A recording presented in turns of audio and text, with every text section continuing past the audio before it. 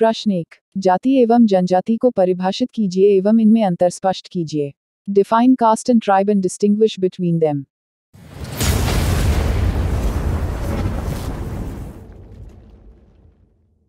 उत्तर। जाति की अवधारणा कॉन्सेप्ट ऑफ कास्ट। हमारे देश में भारतीय समाज प्रमुख रूप से जाति प्रधान समाज है। यहाँ सामाजिक स्तरीकरण का प्रमुख आधार जाति प्रथा ही है। इस समय हमारे देश में अनगिनत जातियां तथा उपजातियां हैं, प्रत्येक जाति की अपनी अपनी विशेषताएं हैं। वास्तव में जाति व्यवस्था केवल भारतीय समाज की उपज एवं अनुपम संस्था है। आज हमारा समाज लगभग 3000 जातियों एवं उपजातियों में विभाजित है और यह प्रथा केवल हिंदुओं तक ही सीमित न होकर मुसलमानों तथा ईसाइयों में भी कुछ सीमा तक प्रवेश कर गई है। जाति का अर्थ। Meaning of cast. जाति शब्द का अंग्रेजी पर्यायवाची शब्द कास्ट से लिया गया है। अंग्रेजी के कास्ट शब्द का नाम पुर्तगाली भाषा के कास्ट से हुआ है, जिसका अर्थ है नस्ल, प्रजाति, रेस या प्रजातीय भेद। कास्ट शब्द का प्रयोग सर्वप्रथम सन 1563 में ग्रेजिया डी ओरटा ग्रासिया द अरे कहना क्या चाहते हो? ऑटर ने यह लिखकर किया था, कोई अपने पिता के व्यवसाय को नहीं छोड़ता तथा जाटव जाति के सब लोग एक समान है। जाति का यह शाब्दिक अर्थ है। जाति का वास्तविक अर्थ एक सामाजिक समूह के रूप में लिया जाता है। यह एक ऐसा सामाजिक समूह है जिसकी सदस्यता जन्म से निर्धारित होती है। जाति की परिभाषाएं। Definitions of caste. 1। केतक केटकर के अनुसार जाति दो विशेषताओं वाला सामाजिक समूह है। सदस्यता उन्हीं व्यक्तियों तक सीमित रहती है जो सदस्यों से उत्पन्न होते हैं और इस तरह उत्पन्न सभी व्यक्ति उसमें शामिल रहते हैं, तथा सदस्यों पर एक अनुल्लंघनीय सामाजिक इनेक्सरेबल सोशल नियम द्वारा जाति के बाहर विवाह करने पर प्रतिबंध रहता है। उद्धरण चिन्ह। 2। मजूमदार एवं मदान मजूमदार एंड मदन के अनुसार जाति एक बंद वर्ग है। 3। रिजले ग्रिजली के अनुसार एक जाति की परिभाषा परिवारों के संकलन या परिवारों के समूह के रूप में की जा सकती है, जिसका एक सामान्य नाम है जो प्रायः उनके विशिष्ट व्यवसायों को बताता है या उनसे संबंधित रहता है तथा एक काल्पनिक पूर्वज, मानवीय या दैवी से उत्पत्ति का दावा करता है तथा एक व्यवसाय करने की स्वीकृति देता है तथा जो सम्मति देने में समर्थ है। उनकी दृष्टि में एक समस्त समुदाय का निर्माण करने वाला समझा जाता है। उद्धरण चिन्ह। What? 4। ए गेटे के अनुसार यह एक अंतर्विवाही समूह है या ऐसे समूह का संकलन है जिसका एक सामान्य नाम है, एक परंपरागत व्यवसाय है, एक ही स्रोत से उत्पत्ति का दावा करते हैं और एक सजातीय समुदाय का निर्माण करने वाले समझे जाते हैं। 5। मैकाइवर तथा पेज मकीवर एंड पेज के अनुसार जब स्थिति पूर्व रूप से पूर्व निश्चित हो ताकि मनुष्य बिना किसी परिवर्तन की आशा के अपना भाग्य लेकर उत्पन्न होते हों, तब वर्ग जाति का रूप ले लेता है। 6। कुले के अनुसार जब एक वर्ग पूर्णतया वंशानुक्रम पर आधारित होता है तब हम उसे जाति कहते हैं। उद्धरण चिन्ह। उपर्युक्त परिभाषाओं से स्पष्ट है कि जाति व्यवस्था एक जटिल एवं बहुपक्षीय अवधारणा है, अतः किसी एक एवं संक्षिप्त परिभाषा द्वारा इसका पूर्ण विवेचन करना प्रायः संभव नहीं है। जनजाति की अवधारणा कॉन्सेप्ट ऑफ ट्राइब। साधारण शब्दों में जनजाति वह समूह है जो पूर्व सभ्यता काल में जीवन प्रतिमानों से संबंधित है। जनजाति के सदस्य अशिक्षित और तथाकथित सभ्यता से दूर हैं और प्राचीन आर्थिक और सामाजिक जीवन के प्रतिनिधि कहे जा सकते हैं। विभिन्न जंगलों, पर्वतों, पठारों आदि निर्जन क्षेत्रों में निवास करने के कारण और विशिष्ट सामाजिक संगठन और सांस्कृतिक जीवन के विकास के कारण जनजाति में अन्य सभ्य समाजों में अनेक भिन्नताएं पाई जाती हैं। अतः विभिन्न विद्वानों ने जनजाति की विभिन्न परिभाषाएं दी हैं। ये बड़ी अच्छी बात कही आप। जनजाति का अर्थ एवं परिभाषा। Meaning of definition of tribe. गोत्र का एक विस्तृत स्वरूप जनजाति है। यह खानाबदोशी जत्थे, झुंड, गोत्र, भ्रातृत्व एवं अर्धांश से अधिक विस्तृत एवं संगठित होती है। जनजाति को परिभाषित करते हुए गिलिन तथा गिलिन लिखते हैं, स्थानीय आदिम समूहों के किसी भी संग्रह को जो कि एक सामान्य क्षेत्र में रहता हो, सामान्य भाषा बोलता हो और एक सामान्य संस्कृति का अनुसरण करता हो, एक जनजाति कहते हैं।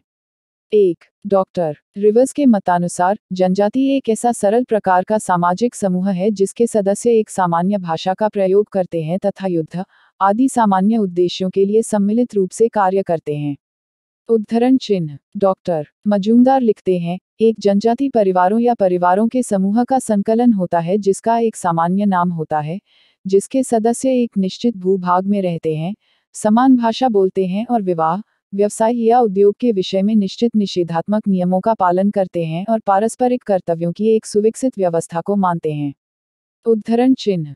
बात तो सही है। Imperial gazetteer of India imperial gazetteer of Indian के अनुसार एक जनजाति परिवारों का एक संकलन है जिसका एक नाम होता है, जो एक बोली बोलती है, एक सामान्य भूभाग पर अधिकार रखती है या अधिकार जताती है और प्रायः अंतर्विवाह नहीं करती है। हॉबल का कथन है कि एक जनजाति एक सामाजिक समूह है जो एक विशेष भाषा बोलता है तथा एक विशेष संस्कृति रखता है जो उन्हें दूसरे जनजाति समूहों में पृथक करती है। यह अनिवार्य रूप से राजनीतिक संगठन नहीं है। चार्ल्स विनिक ने जनजाति की परिभाषा करते हुए लिखा है, एक जनजाति में क्षेत्र, भाषा, सांस्कृतिक समरूपता तथा एक सूत्र में बंधने वाला सामाजिक संगठन आता है। यह सामाजिक उपसमूहों, जैसे गोत्रों या गांवों को सम्मिलित कर सकता है। रॉल्फ पिडिंगटन ने जनजाति का अर्थ स्पष्ट करते हुए लिखा है, हम एक जनजाति की व्यक्तियों के एक समूह के रूप में व्याख्या करते हैं, जो कि समान भाषा बोलता हो, समान भूभाग में निवास करता हो तथा जिसकी संस्कृति में समरूपता पाई जाती हो। योजक चिन्ह। उपर्युक्त परिभाषाओं से स्पष्ट है, एक जनजाति एक ऐसा क्षेत्रीय मानव समूह है जिसकी एक सामान्य संस्कृति, भाषा, राजनीतिक संगठन एवं व्यवसाय होता है तथा जो सामान्यतः अंतर्विवाह के नियमों का पालन करता है। जाति मुख्यतया जन्म के आधार पर विकसित होती है, जबकि जनजाति एक निश्चित भूक्षेत्र में निवास करने के कारण। प्रत्येक जाति का एक निश्चित परंपरागत व्यवसाय रहा है, किंतु किसी जनजाति का कोई एक निश्चित व्यवसाय नहीं होता और न ही उसके सदस्यों पर व्यवसाय संबंधी कोई नियंत्रण ही होते हैं। मानती जनजातियां अपनी उत्पत्ति किसी काल्पनिक पूर्वज से मानती है, जबकि जातियां ऐसा नहीं। एक जनजाति में कोई उपजनजाति नहीं होती, जबकि एक जाति में कई उपजातियां होती हैं। जाति में अंतर्विवाह के कठोर नियम पाए जाते हैं, जबकि जनजाति में ये नियम लचीले होते हैं। एक जनजाति में ऊंच नीच की भावना एवं अस्पृश्यता नहीं पाई जाती, जबकि जाति व्यवस्था में संस्तरण व अस्पृश्यता की भावना पाई जाती है। ये तो लेटेस्ट न्यूज़ है। जनजाति एवं जाति में समानताएं। Similarities in tribe and caste. जाति व जनजाति में समानताएं। कई बार जनजाति व जाति को एक समझ लिया जाता है। इसका प्रमुख कारण जनजाति की एक सर्वमान्य परिभाषा न होना है। जाति व जनजाति की असमानताओं में से दो बातें ही प्रमुख हैं और वे निम्न हैं। एक, दोनों में ही गोत्र बहिर्विवाह की व्यवस्था पाई जाती है। दो, दोनों में ही समूह से बाहर विवाह की व्यवस्था पाई जाती है। यहाँ यह उल्लेखनीय है कि आजकल यातायात व संदेश वाहनों के साधनों के विकास के कारण जनजातियों तथा जातियों में विवाह संबंधी यह बंधन ढीले पड़ते जा रहे हैं। कई बार जाति एवं जनजाति शब्दों का प्रयोग समान अर्थों में किया जाता है, जबकि ये दोनों भिन्न अवधारणाएं हैं। यद्यपि इन दोनों में कुछ समानताएं भी हैं, जैसे कुछ जातियां ऐसी हैं जो जनजातियों की भांति ही एक निश्चित क्षेत्र में निवास करती हैं और एक निश्चित भाषा का ही प्रयोग करती हैं, फिर भी इन दोनों में निम्नांकित अंतर है। जनजाति एक ऐसा सामाजिक समूह है जो एक निश्चित भूभाग पर बसा होता है, जबकि जाति का कोई निश्चित भूभाग नहीं होता। अच्छा, हमको सिखा रिया है। जनजातियों के अपने अपने टोटम होते हैं जिसको ये पवित्र मानते हैं और जिसकी आध्यात्मिक शक्ति में ये विश्वास करते हैं। जातियों में टोटम जैसी किसी शक्ति में विश्वास नहीं किया जाता। जनजातियां आत्मनिर्भर होती हैं, किंतु जाति नहीं। कई जातियां मिलकर ही संपूर्ण समाज व्यवस्था का निर्माण करती है, जबकि एक जनजाति अपने आप में ही पूर्ण इकाई एवं व्यवस्था होती है। बेली की यह मान्यता है कि जनजातियों को एक ऐसे सतत सेतु की तरह माना जाना चाहिए जिसके एक ओर जनजातियां और दूसरी ओर जातियां हों। जनजातियों की संरचना पृथक्कृत तथा समतावादी है, जबकि जातियों की जैविक एकात्मवादी वाली संरचना की तरह अन्योन्याश्रित। सिन्हा ने भी जाति और जनजाति को सतत सेतु के रूप में ही देखा है। अरे टेंशन नहीं लेने का, अपुन है ना। जनजाति एवं जाति में भिन्नताएं। Differences between tribe and caste. यह सच है कि अंतर्विवाह तथा सांस्कृतिक आधार पर जनजाति तथा जाति के बीच अनेक समानताएं देखने को मिलती हैं, लेकिन केवल इन्हीं आधारों पर जनजाति तथा जाति एक दूसरे से बिल्कुल भिन्न दो पृथक समूह हैं। निम्नांकित भिन्नताओं के आधार पर ही इनकी वास्तविक प्रकृति को समझा जा सकता है। जाति एक मानव निर्मित व्यवस्था है जिसके इतिहास और उद्देश्यों को स्पष्ट रूप से समझा जा सकता है। सभी जानते हैं कि मनुस्मृति में पवित्रता और अपवित्रता तथा वर्ण संकरता के जिन नियमों का उल्लेख किया गया, उन्हीं के आधार पर एक एक वर्ण के अंदर जातियों और उपजातियों का निर्माण होना आरंभ हुआ। इसके विपरीत एक विशेष भूभाग पर जब व्यक्तियों का कोई समूह सामान्य संस्कृति के अंतर्गत संयुक्त जीवन व्यतीत करने लगा, तब उसी को एक जनजाति का रूप मिल गया। इसी आधार पर जनजातियों को किसी समाज की मौलिक सभ्यता और संस्कृति का वास्तविक प्रतिनिधि माना जाता है। समझ रहे हो? दो एक ही जाति के सदस्यों में एक दूसरे से भिन्न सांस्कृतिक और भाषाई विशेषताएं होने के साथ वे लोग कितने ही दूर दूर के क्षेत्रों में फैले हुए हो सकते हैं।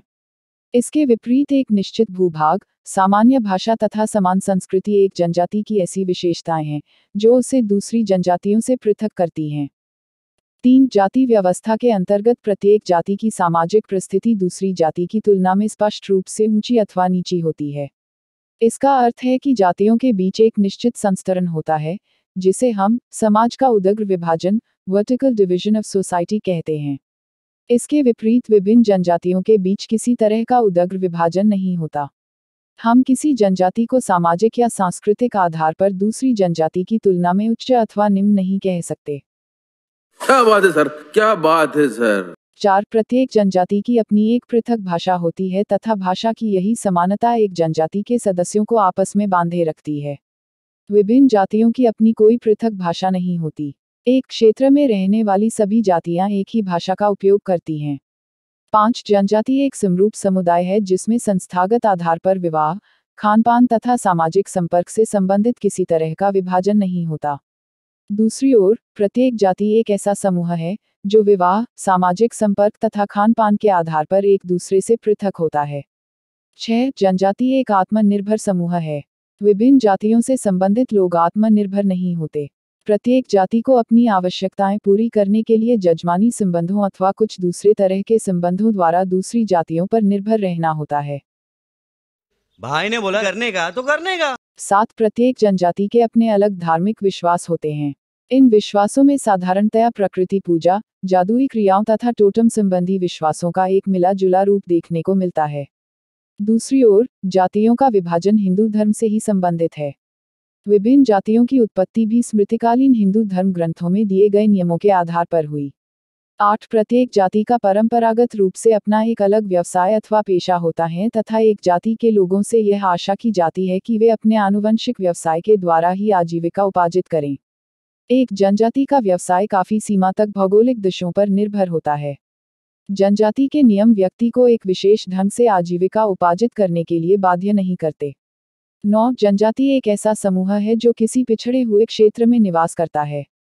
भौगोलिक आधार पर एक जाति के सदस्य कितने ही विकसित अथवा अविकसित भूभाग पर फैले हुए हो सकते हैं। तो क्या नाचो मैं? 10 मानवशास्त्रियों के अनुसार जनजाति एक राजनीतिक इकाई है। इसका तात्पर्य है कि प्रत्येक जनजाति का एक मुखिया होता है तथा एक जनजाति के सभी सदस्यों को मुखिया के आदेशों का पालन करना उसी तरह जरूरी होता है जिस प्रकार किसी व्यक्ति को सरकार के कानूनों का पालन करना आवश्यक होता है। जाति में इस तरह का कोई राजनीतिक संगठन नहीं होता। प्रत्येक जाति का जीवन राज्य के कानूनों से प्रभावित होता है। पूर्ण विराम। 11 जाति का संबंध एक जटिल संस्कृति से है जिसमें विज्ञान और प्रौद्योगिकी का समावेश हो जाने के बाद भी व्यवहार के परंपरागत नियमों का प्रभाव बना हुआ है। दूसरी ओर, जनजाति से एक ऐसे मानव समूह का बोध होता है जो आज भी सभ्य समूहों के संपर्क से दूर रहकर जीवन व्यतीत कर रहा है। जाति तथा जनजाति को अधिकांश मानवशास्त्रियों और समाजशास्त्रियों ने एक अवधारणा और व्यवहारिकता दोनों दृष्टिकोणों से 2 भिन्न समूहों के रूप में स्पष्ट किया है। इसके बाद भी यदि हम वर्तमान स्थिति को देखें तो हमें जाति और जनजाति के बीच एक सातत्य अथवा निरंतरता कास्ट ट्राइब कंटिन्यूम देखने को मिलती है। इसका सबसे अच्छा उदाहरण सच्चिदानंद द्वारा बिहार की गोंड जनजाति का अध्ययन है। यह जनजाति अपने क्षेत्र की पड़ोसी हिंदू जातियों की संस्कृति को ग्रहण करती जा रही है।